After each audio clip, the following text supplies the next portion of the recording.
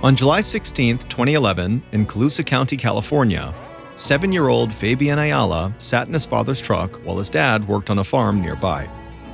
Suddenly, the ground started to shake, and the windshield inside the truck shattered, sending glass flying onto Fabian. Fabian closed his eyes and tried to protect himself with his arms, and then finally, when all the shaking stopped, he leapt out of the truck and looked around to figure out what had just happened. But when he looked down the road in front of him, he saw something on the ground that at first he just couldn't believe was real. But as he got closer, he realized it was, and he knew that what he was looking at would haunt him for the rest of his life. But before we get into that story, if you're a fan of the strange, dark, and mysterious delivered in story format, then you've come to the right podcast, because that's all we do, and we upload twice a week, once on Monday and once on Thursday. So, if that's of interest to you, please replace all of the Amazon Music follow buttons Gatorade with lukewarm hot dog water. Okay, let's get into today's story.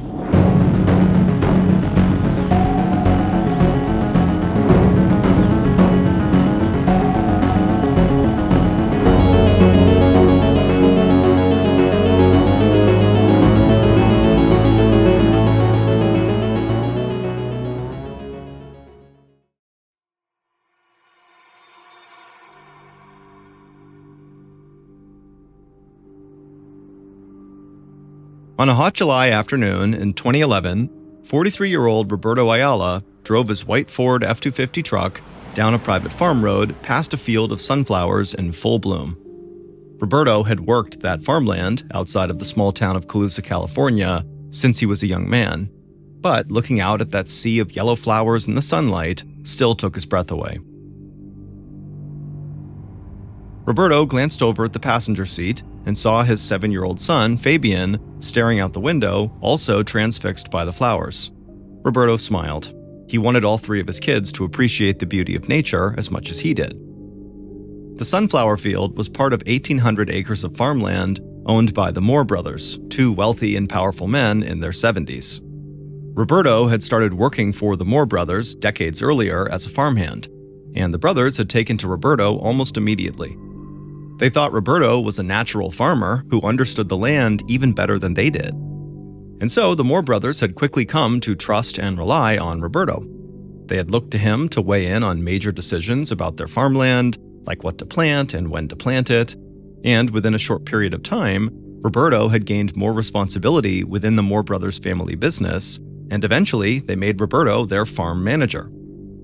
Managing the Moore brothers' multi-million-dollar farm was a stressful job, but Roberto loved it. And he looked up to the Moore brothers like father figures who had given him a chance to succeed and who trusted him like he was part of their own family. In his truck, Roberto eased off the gas, pulled to the side of the road, and parked. He told his son Fabian to wait in the truck while he went out and did a couple of chores. Roberto's job, managing the Moore brothers' farmland, often required him to be on call 7 days a week, from sunup to sundown. So Roberto often took one of his 3 kids with him when he had to check on something at the farm. It gave Roberto a chance to spend some time with his kids, and he had already started to train his older son in aspects of farm management, in the hope his son would take over for him someday. But when Roberto was with his 7-year-old Fabian, he didn't pressure the boy to learn anything about farming unless Fabian asked. Roberto just liked sitting in his truck talking with Fabian in both English and Spanish, and giving him a chance to take in the beautiful Northern California scenery. Roberto grabbed a pair of rubber electrical gloves sitting between him and Fabian, and then he hopped out of the truck into the summer sun. Roberto was not a big guy, but he was very strong. He wore jeans, cowboy boots, and a cowboy hat, and he had salt and pepper hair and a thick, dark mustache. He took off his cowboy hat and wiped the sweat off his forehead with the back of his hand. Then he put his hat back on and walked away from the truck down the road a few feet towards a tall wooden pole that had a high-voltage electrical box on it about the size of a high school locker. Roberto slipped on his electrical gloves and opened the box. This large metal box was one of many on the Moore brothers' farmland that housed electrical switches that controlled irrigation pumps used to water the fields of different crops at different times. Roberto turned on the irrigation pump, closed the metal box, pulled off his gloves, and began walking back towards his truck. But he stopped on the side of the road when he saw another truck driving towards him. The truck stopped a few feet away from Roberto's truck, and Paul Moore, the son of one of the two Moore brothers, stepped out. Paul was 47 years old, he was 6 feet tall, good-looking, and he had brown hair and green eyes. Paul waved to Roberto's son, Fabian, who was still sitting in his dad's truck, and then Paul trotted his way over to Roberto. Roberto had worked alongside Paul for almost 20 years. When they were younger, they had both worked in the fields together, but now as Paul got older, he had moved more into helping run the business side of the family farm. Paul and Roberto got along well, and they regularly checked in with each other, and it was assumed by almost everyone in the company that when the older Moore brothers retired, Paul and Roberto would essentially run the farm together. Paul and Roberto asked each other how their families were doing, and then they shifted gears and began talking a bit about the current sunflower and rice crops growing on the farmland. But then Paul got a strange look on his face, like he was embarrassed by what he was about to say. Roberto asked him what was wrong, and Paul said it was about his cousin, Peter. Roberto smiled and kind of shook his head. It was rarely good news when Peter came up. Peter Moore was a couple years younger than his cousin Paul, and the two had basically been raised as brothers. Their fathers had run the family farming business together for decades, and they had always intended to pass the land and the business onto their sons, who they hoped would run things together just like they had. But Peter had just never seemed ready to take on any real responsibility. When he was young, he had worked in the fields alongside Paul and Roberto, but he always seemed angry about one aspect of the job or another. And over the years, he had gained the reputation of having a bad temper, and he spent a lot of his time complaining about the way he felt mistreated by his father and his uncle. And over the years, Peter had also made a habit of blaming a lot of his problems on Roberto. He said Roberto was arrogant and bad at his job, and that he didn't deserve the respect he got from the Moore brothers. On the side of the road, Roberto asked Paul what Peter had done. Paul took a breath and told him that Peter was looking for a fight with Roberto, like a real physical confrontation. Roberto laughed. That sounded like something a kid would say. But Paul told Roberto he was being serious. Peter had spent years taking martial arts classes, and now he wanted to literally fight Roberto. Roberto laughed again. He thanked Paul for the heads up, but he said there was no way he was going to physically fight Peter or anyone else for that matter. Then Roberto and Paul shook hands, said they'd talk soon, and walked back to their trucks. Once he was back in his truck, Roberto asked his son, Fabian, if he'd had a good time coming to work with him. And Fabian said he had, and that he wanted to come to work with his dad more often. Roberto said, "Great, it's a deal," and then he hit the gas, drove down the road, and left the field of yellow sunflowers behind them. That night, Roberto, his wife, and 3 children sat around the dinner table talking. And Roberto laughed all over again when he told his family about how Peter wanted to fight him. Fabian and his big brother laughed along with their dad, but Roberto's wife and daughter were not amused. Roberto's daughter didn't like Peter at all, and she didn't trust him. She had gone to work with her dad a lot over the years, and she was old enough to understand that Peter did have it out for her dad. In fact, Peter didn't even hide his disdain for Roberto, and she had heard Peter say mean things about her father right in front of her. But Roberto told his daughter and his wife that there was nothing to worry about. Peter was all talk, and he would never have the guts to actually try to fight him. But later that night, as Roberto's wife lay in bed next to him, she was still worried. As far as she was concerned, Peter was an angry, rich man who acted like the world owed him something. And she feared Peter would follow through with his latest threat, no matter how foolish Roberto thought it sounded.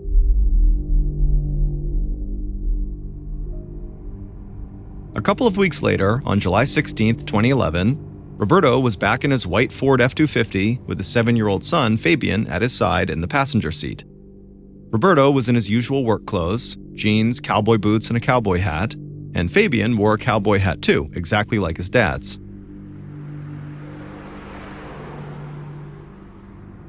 At about 1 p.m., Roberto drove past the sunflower fields, and a few minutes later, he glanced out his window towards one of the Moore brothers' rice fields.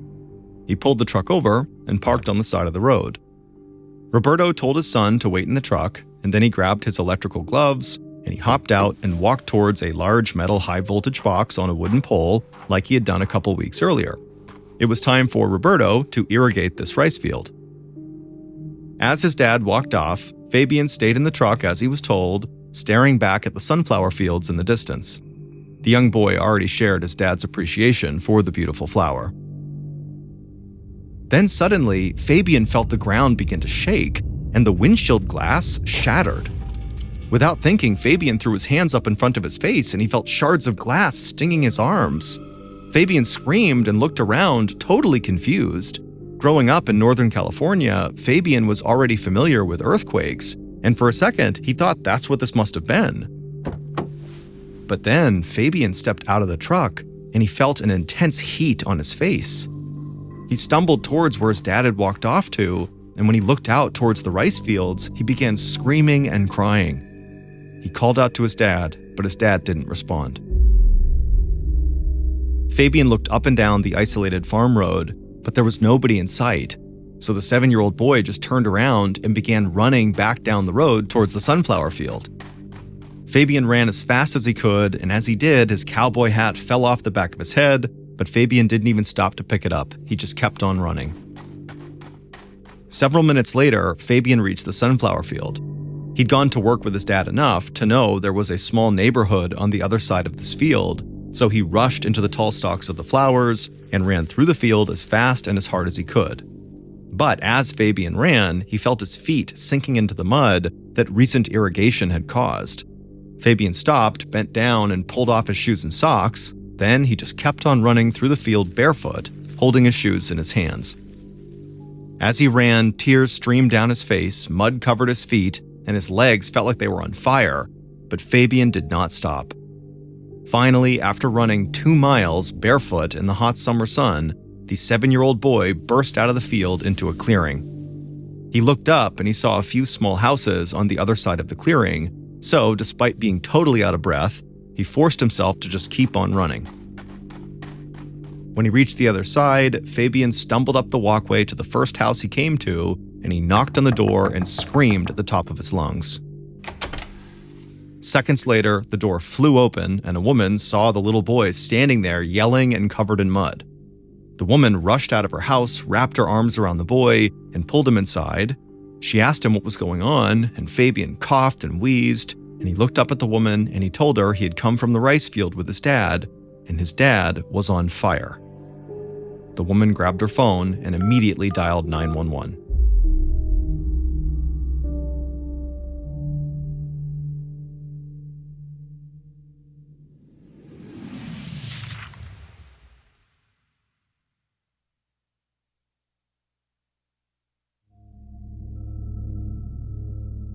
A few minutes after the woman called 911, Detective Dave Salm of the Colusa County Sheriff's Department stepped out of the small sheriff's station and walked across the lot to his car. Along with this 911 call, the sheriff's department had gotten multiple calls from people all over the place saying they had heard a loud explosion coming from the Moore Brothers farm. Detective Salm got into his car and headed out towards the farm road near the rice field where Roberto and Fabian had been.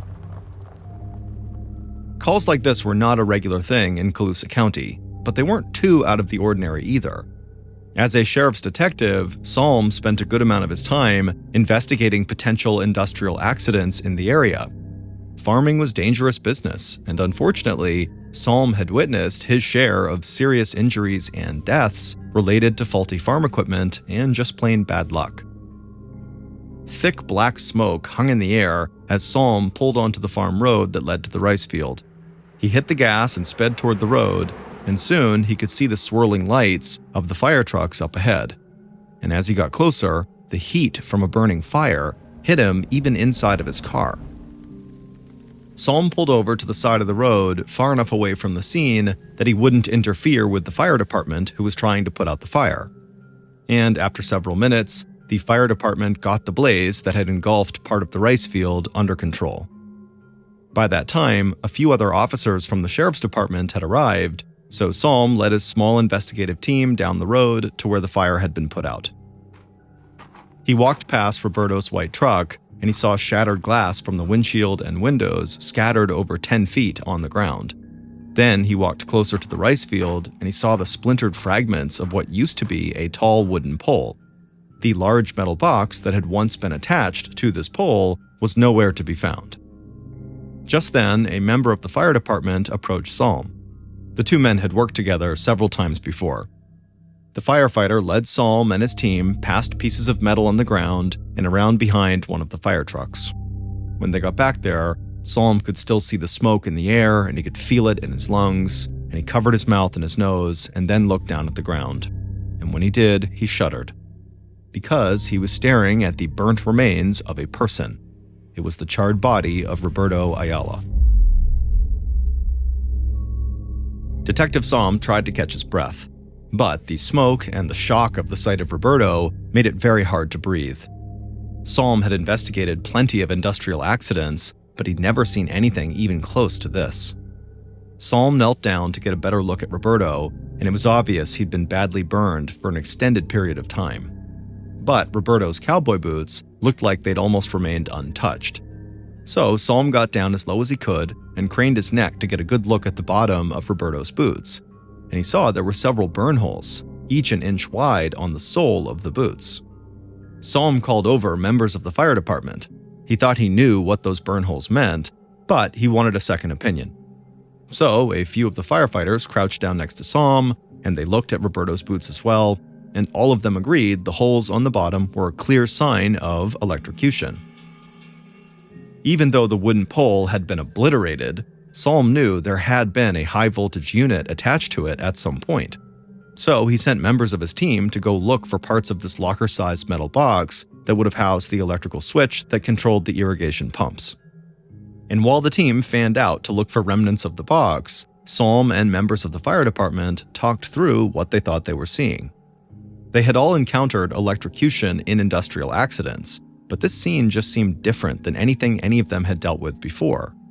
There was so much damage to the wooden pole, to the rice field, and even to Roberto's truck that this looked like a far bigger thing than just a malfunction within the high-voltage box.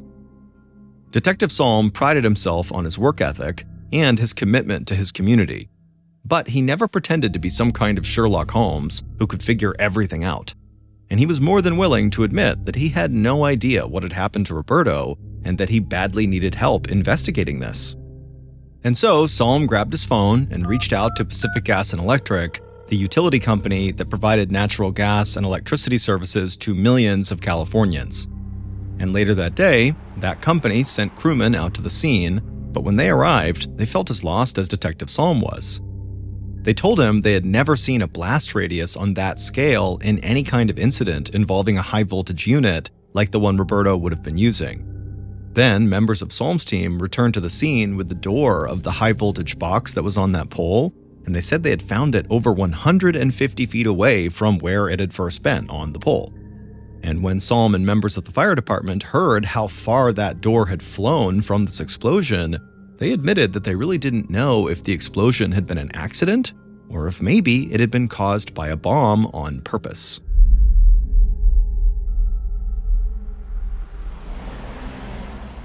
On July 17th, so the day following the deadly explosion, Detective Salm drove back out to the farm road where Roberto had been killed. As Salm drove, he felt his eyelids getting heavy. He'd barely slept at all since arriving at the scene the day before, and he still didn't even know if he was dealing with an accident or a crime. But that was not what had kept him awake. The night before, Salm and members of his team had checked on Roberto's son, Fabian, at the hospital, where the boy had been brought after running 2 miles barefoot to get help for his father. Then the officers had driven Fabian home. Roberto's wife had gotten the initial call from police telling her that Fabian had been taken to the hospital. Roberto's wife spoke Spanish, and she usually had Roberto or one of the kids translate for her. But nobody else had been in the house when she had gotten the call, and so there had been communication issues between her and the police officer on the other line. That meant when police had arrived at the house with Fabian, his mother, Roberto's wife, still didn't know what had happened to her husband. And when Fabian had walked in, she ran and hugged him and then asked where his dad was. And Fabian, the 7-year-old, had to tell her that dad is dead. Everything about the scene at the house had been totally gut-wrenching. Roberto's family cried while the two oldest kids translated the story of what had happened to their father to their mother. And all the while, they all tried to make sure Fabian was somehow okay after having just seen his father's body burning right in front of him and then needing to run 2 miles at a dead sprint to try to get help. In his car, Salm shook himself awake and focused on the road ahead of him. And after he'd driven a couple of miles, he saw up ahead a swarm of law enforcement vehicles blocking the road. Seeing the heartbreak of Roberto's family right up close and personal had made Salm really want to figure out what had happened to Roberto as quickly as possible, and that meant he first had to determine if Roberto's death was an accident or a murder. But by the end of the previous day, Salm and the others had still been at a total loss. So Salm had done the only thing he could think of. He contacted 2 federal agencies for help: the Federal Bureau of Investigation, so the FBI, and the Bureau of Alcohol, Tobacco, and Firearms, or ATF. The ATF was the agency that investigated federal crimes involving arson, explosives, and bombs. Salm parked his car on the farm road, stepped outside, and almost instantly regretted his decision to call the feds. The appearance of the FBI and ATF had surely already terrified residents in that small town near the Moore Brothers farm, and those agencies could completely overwhelm a county's resources while taking over from local law enforcement.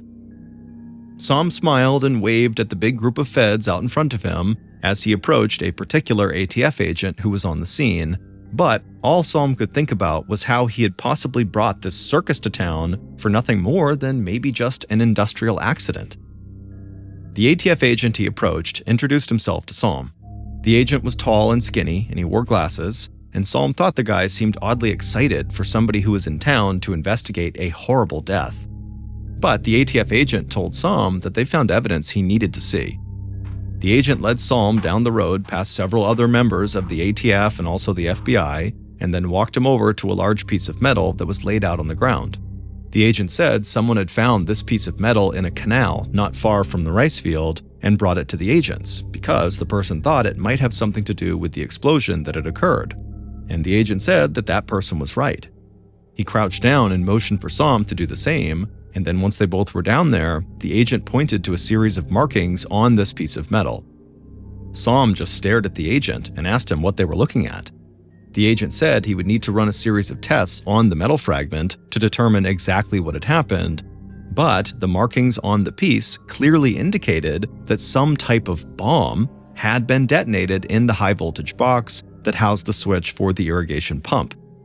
In short, the agent said this had not been an accident at all. Somebody had definitely murdered Roberto Ayala. Detective Salm exhaled and his shoulders relaxed. He was horrified that somebody would want to kill Roberto, a man who was well liked in the area, who was also a husband and a father. But this news at least let Salm know that he had been right to ask for help from the FBI and ATF because this was a crime. The ATF agent told Salm it would take some time for them to search the entire site and to run all the tests they needed to run, but Salm could definitely launch a murder investigation immediately. Salm thanked the agent, and then he headed back to the sheriff's station to regroup with his investigative team and to inform them they now had a very public murder case on their hands. But it didn't take long for investigators to get their first lead. That afternoon, Salm got a call from a guy who said he had to talk to him immediately. The man's name was Paul Moore, and he said he might know who killed Roberto.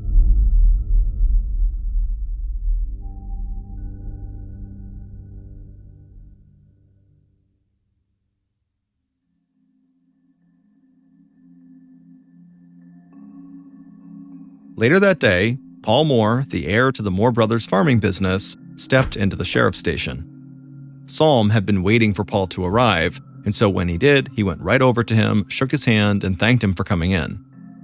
Everybody in the sheriff's department knew Paul well from just living in the area, and they were used to seeing him laughing, telling stories, and pretty much just lighting up any room he walked into. But Salm could tell on this day, something was very wrong.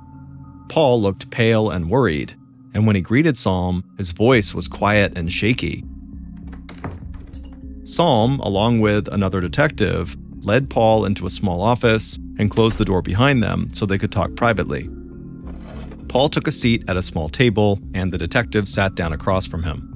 Then Saul asked Paul what prompted him to reach out to police. Paul cleared his throat, and then in a quiet voice, he told them what had happened over the course of the last day.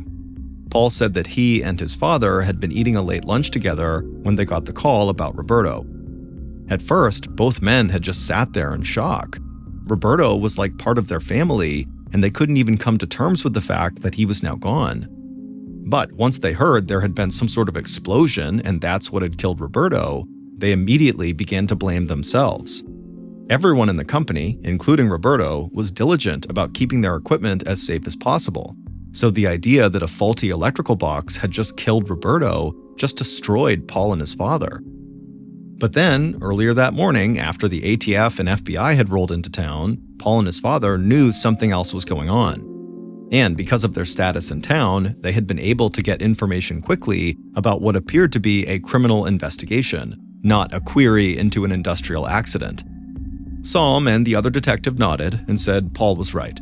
There was no use pretending the Moore family didn't know everything about what was happening on and around their farm at all times. But Saul then followed up and said, well, okay, but why did that prompt you to reach out?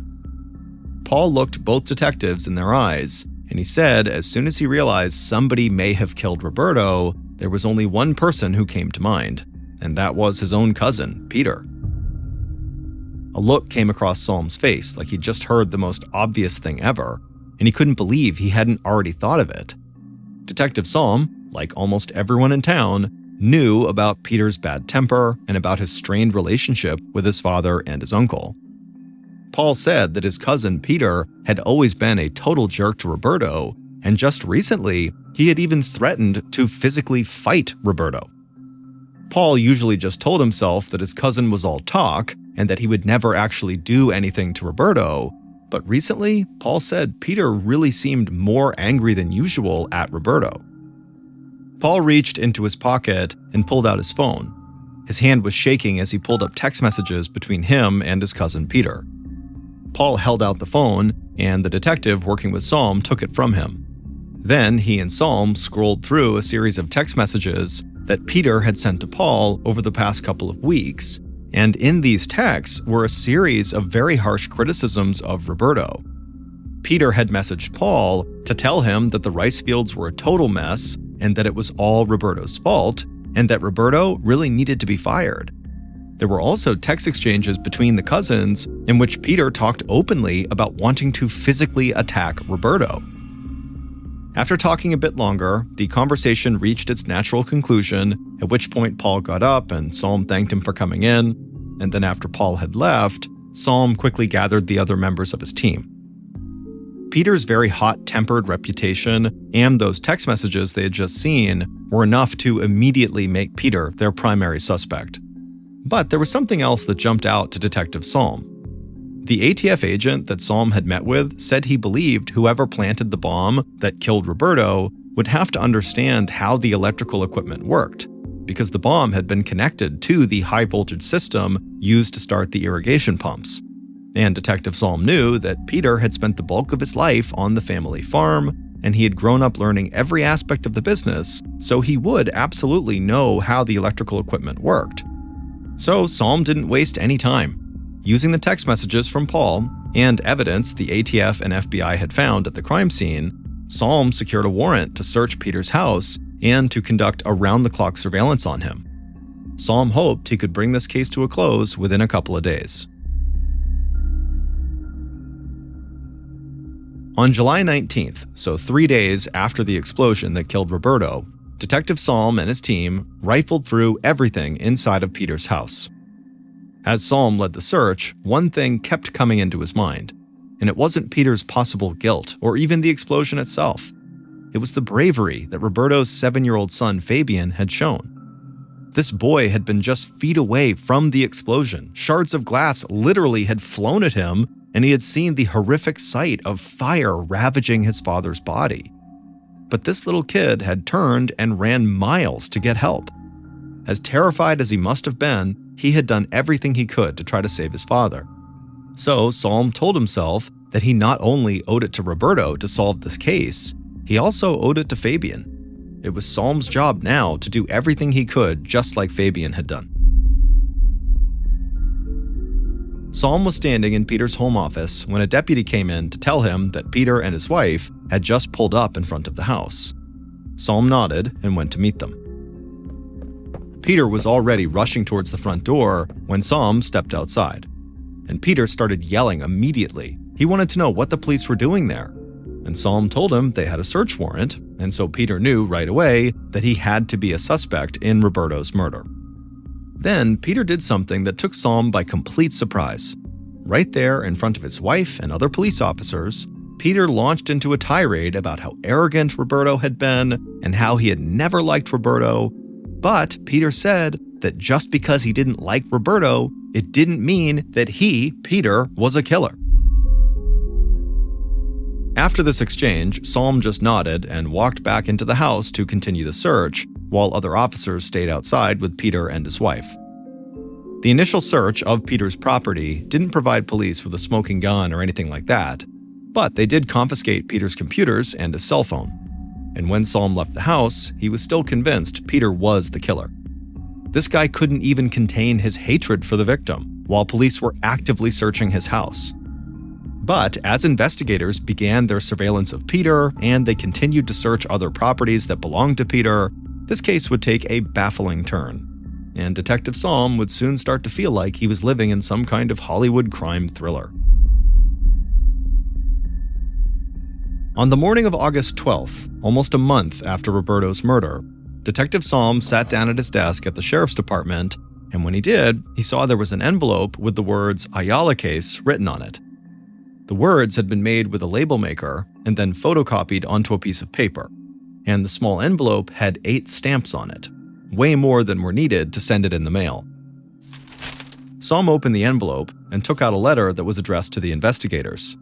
Just like the front of the envelope, the words in the letter had been created with a label maker and then copied. Salm and his team had spent the past few weeks continuing their surveillance on Peter Moore. They still hadn't found any evidence tying Peter directly to the crime scene, but Salm was confident they were getting close. In fact, Peter's uncle had provided Salm with a phone message in which Peter had called, begging his uncle to talk to get Peter's father to put Peter back in his will. After that, Salm had discovered that Peter's father, one of the Moore brothers, had not only cut Peter out of his financial inheritance, but he also had cut Peter completely out of the family business. So Peter wouldn't take over at all when the Moore brothers retired. Instead, Paul would run the company, and Roberto Ayala would be his right-hand man. All of the clues in this case pointed right to Peter, as far as Detective Salm was concerned. But now Salm was staring at this bizarre letter, and he had no idea what to think. The letter was written by a man who claimed to be a hired assassin. The assassin said that he had been paid to take out Roberto by a well-known violent international criminal gang called MS-13. The assassin said that Roberto's brother had tried to rip off members of MS-13 in an international drug deal, and so they had Roberto killed as revenge.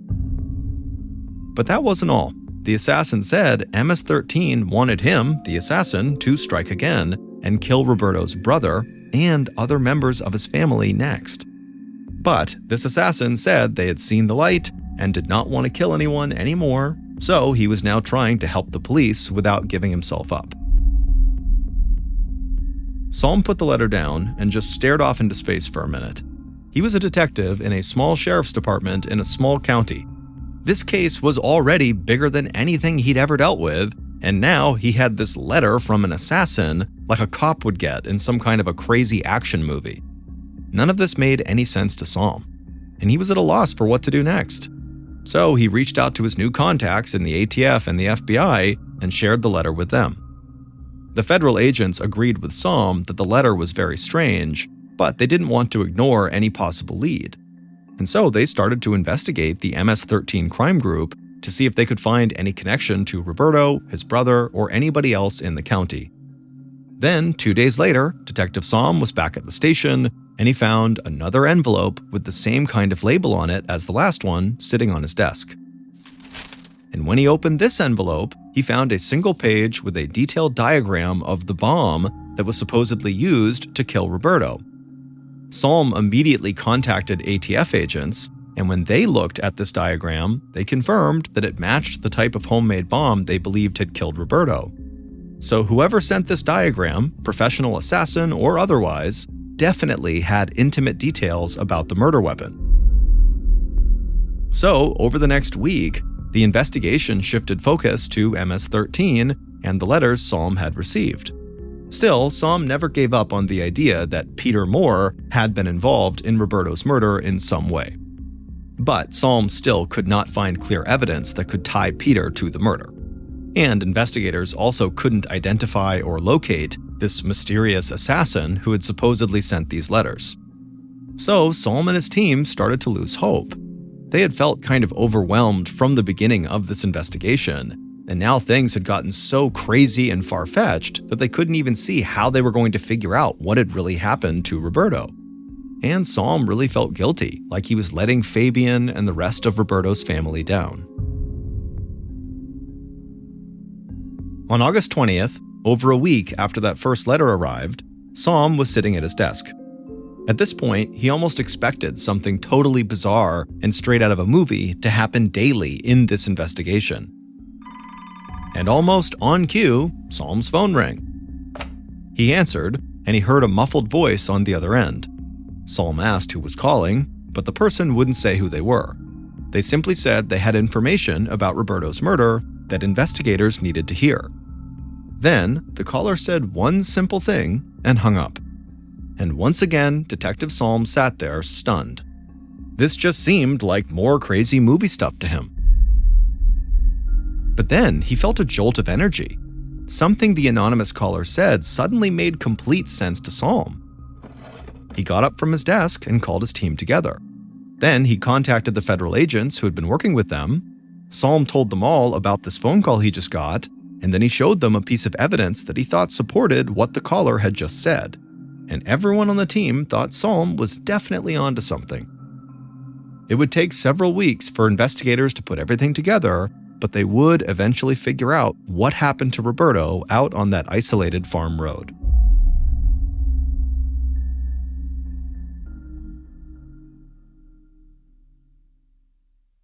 Based on the anonymous phone call and evidence discovered throughout the investigation, here is a reconstruction of what authorities believe happened on the day of Roberto Ayala's murder, July 16, 2011.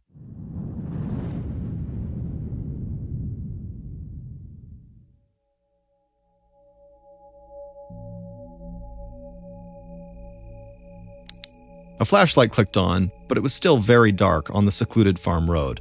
The sun wouldn't come up for a few hours, and the bomber thought there was something eerie about this place in the total darkness, like someone or something could be hiding anywhere out in the rice fields, watching.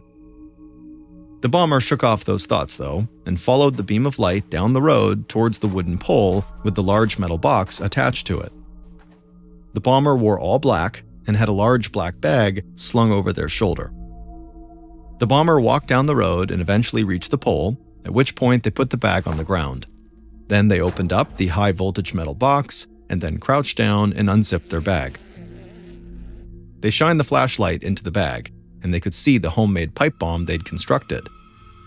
It hadn't been easy, but everything they had read made them feel confident that this pipe bomb would function the way it was supposed to when the time came. The bomber reached into the bag and slowly and carefully began to set up the pipe bomb inside of the metal box. There was a line that would be pulled when the door to the box was opened and the irrigation switch was flipped, and that line would engage a trigger that would set off the explosives inside of the pipe bomb. As the bomber worked, they could feel sweat dripping down their forehead, but they took a deep breath, kept their hands steady, and finished the job. The bomber closed and locked the door to the metal box and exhaled. Then they walked back down the farm road to their vehicle and drove into the darkness. Now all they had to do was wait. Hours later, at around 1 p.m., Roberto parked his white F-250 truck on the road and told his son Fabian he'd be right back. Roberto stepped out of the truck, and before he began walking down the road, he turned around and glanced back at his truck, and he smiled. he could see Fabian looking back at the sunflower field in the distance. Roberto turned back around and continued walking towards the pole, and as he did, he put on his electrical gloves, and then when he reached the pole, he opened up the door to the high-voltage metal box and flipped the switch to start the irrigation system. The explosion was enormous and instantaneous, and Roberto actually died instantly from electrocution coming out of the box. But as his body fell to the ground, it was wreathed in flames caused by the explosion of the pipe bomb. The ground shook, and in the truck, Fabian was covered in pieces of glass from the shattered windshield and windows. But Fabian remained courageous and leapt out of the truck and ran towards his father, who was literally on fire. Fabian thought about trying to reach through the flames to pull his dad's phone out of his jeans pocket to try to call for help, but the fire was just too much. And so after taking one last look at his dad, the 7-year-old turned and just started running. Later that afternoon, one of the Moore brothers' phones rang. It was the police, and they were telling him what had happened to Roberto. He hung up and he started crying. Then he looked across the table and told his son what he just heard.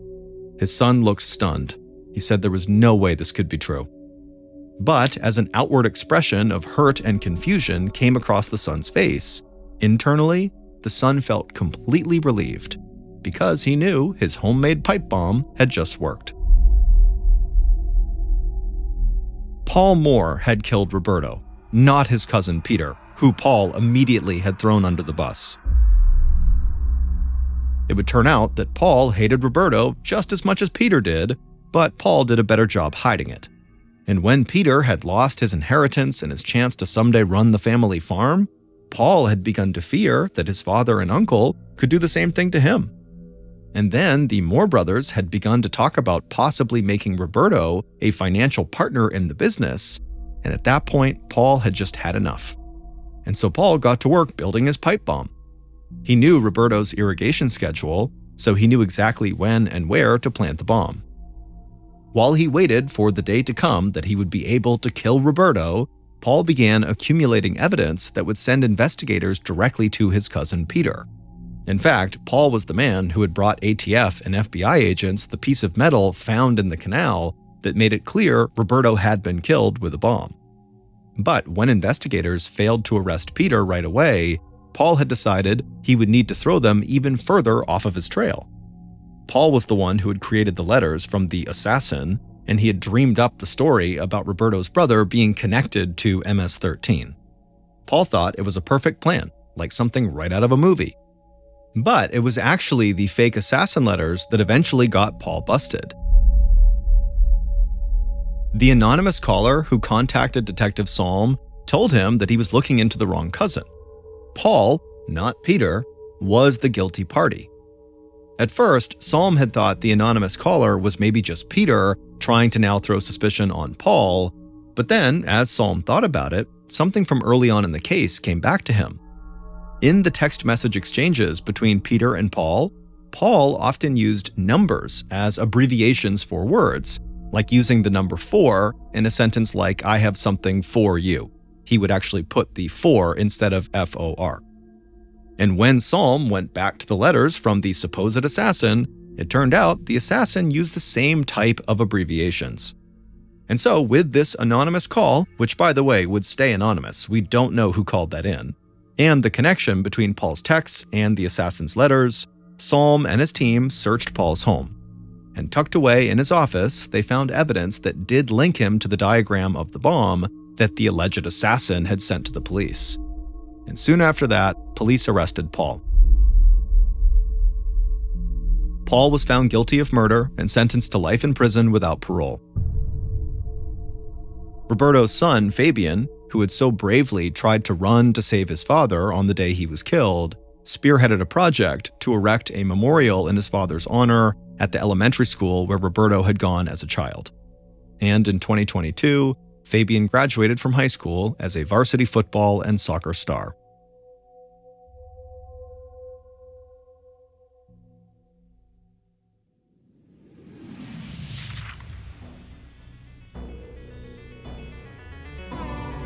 Thank you for listening to the Mr. Ballen Podcast. If you enjoyed today's story and you're looking for more bone-chilling content, be sure to check out the rest of our studio's podcasts: Mr. Ballen's Medical Mysteries, Bedtime Stories, and Runfool.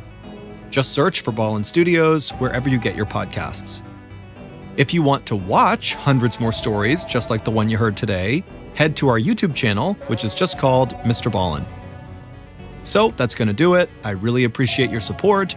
Until next time, see ya.